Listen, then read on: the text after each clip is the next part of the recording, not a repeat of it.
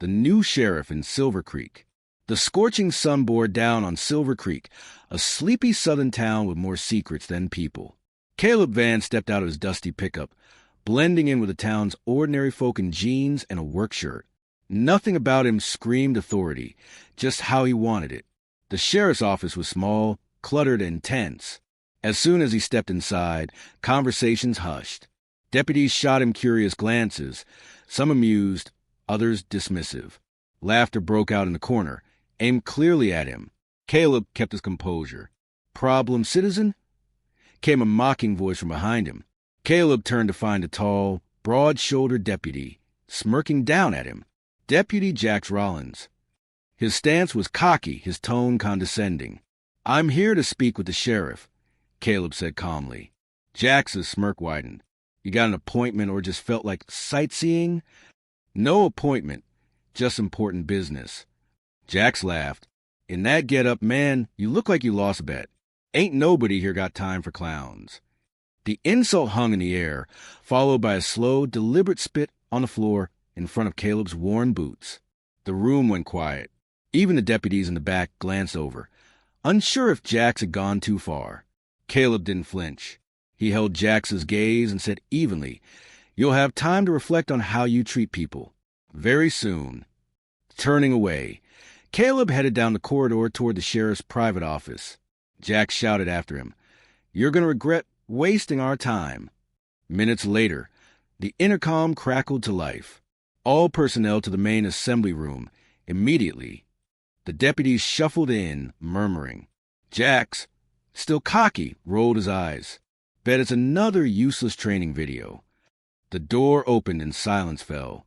Caleb stepped in, this time in a crisp, dark uniform. The sheriff's star gleamed on his chest. Gasps rippled through the room. Jax's eyes widened before narrowing into disbelief. "Good afternoon," Caleb began. "I'm Caleb Vance, your new sheriff." The tension was suffocating. Deputies stared, stunned. Some lowered their eyes. Jax looked ready to speak, but Caleb beat him to it. "I came here today as any civilian might. Unannounced, unrecognized. What I experienced was hostility, mockery, and disrespect. Not just toward me, but toward the badge you wear." Jax finally snapped. "If I'd known who you were, I'd have treated you like a person." Caleb interrupted. "You mean if I were wearing a suit and had a title, you might have shown some restraint?" Jax stammered. "It wasn't personal, Sheriff. Just a misunderstanding." "A misunderstanding?" Caleb's voice was sharp. "You spat at me, Deputy Rollins. That's not a misunderstanding. That's a problem." He turned to the others. "This office needs a reckoning. Change doesn't come from slogans or polished press conferences. It comes from calling out rot where it festers." Then he looked directly at Jax. "You're suspended immediately. An internal investigation into your conduct starts today." The room froze. Jax stood up, flustered. "You can't be serious. I've been here for 19 years. Caleb's voice was cold steel. "You've had 19 years to know better." A whisper changed. After the meeting, murmurs swirled in the hallways. Some welcomed the change. Others grumbled. Caleb returned to his office. Stacks of ignored complaints and misconduct reports covered his desk. Jax's name appeared far too often. Abuse of power, threatening civilians, silencing junior deputies. All swept under the rug. Caleb closed his eyes. How many voices went unheard? How many were afraid to speak? A soft knock at the door pulled him from his thoughts. "Come in." A young woman stepped in. Deputy Maria Sanchez, early 20s, shoulders tense, tablet in hand. "Sheriff," she began nervously. "Do you have a minute?" "Of course," Caleb said, motioning to the chair across from him. She sat, gripping her tablet like a lifeline. "I want to say thank you. No one's ever challenged the way things run here." "Not really." Caleb nodded, waiting.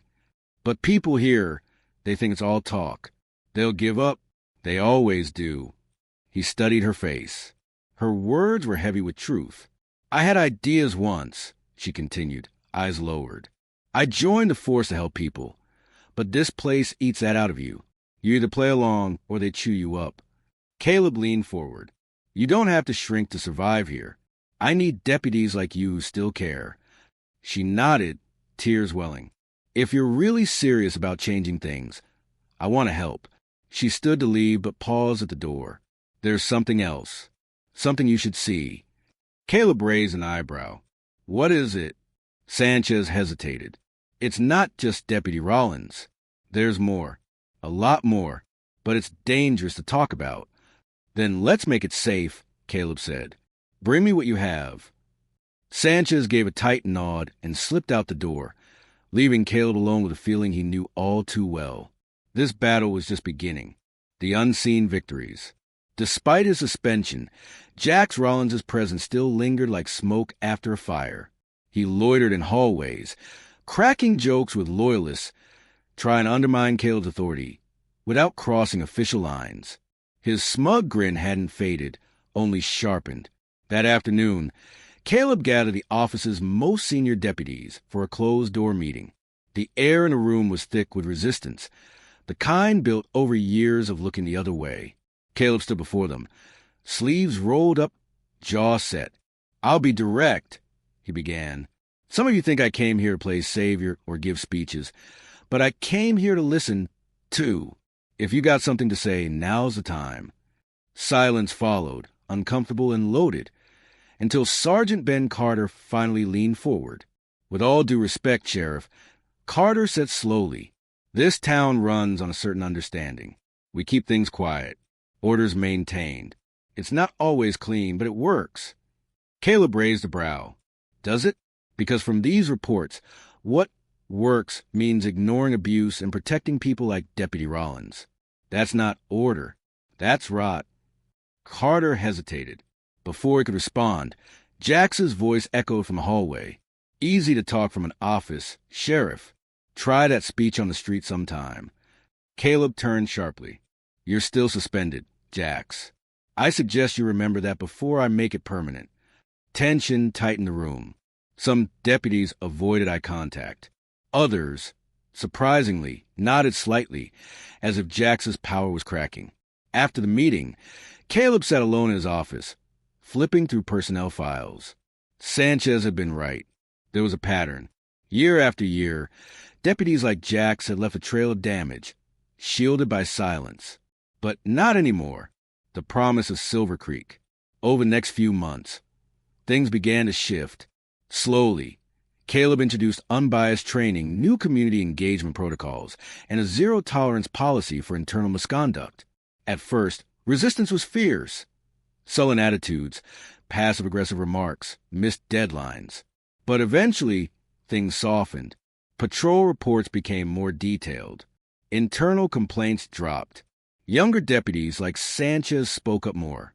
A full year after Caleb's arrival, Silver Creek hosted a community event in the town park. Barbecue, music, and booths where residents could meet the deputies behind the badges. It was the first of its kind. The air felt different that day, lighter but cautious. Parents watched their kids with skeptical eyes. Deputies stood awkwardly, unsure how to engage. Still, it was progress. Caleb walked through the event, nodding to deputies chatting with residents. A child ran up to him holding a soccer ball. "Sheriff Vance," the boy asked. Caleb smiled. "That's me. What's your name?" "Leo," he said. "My mom says you're the reason the police don't scare her as much now." Caleb knelt down. "And what do you think?" Leo looked thoughtful. "I think you're different. Are you going to fix it all?" Caleb's smile faded into something more solemn. "I'm trying. I can't promise it'll all be perfect, but I promise I won't stop trying." Leo grinned. "I'll tell my brother to trust you. Tell him he can come talk to me anytime." As Leo ran off, Caleb watched him disappear into the crowd. It was moments like that, small, fleeting, that fueled everything.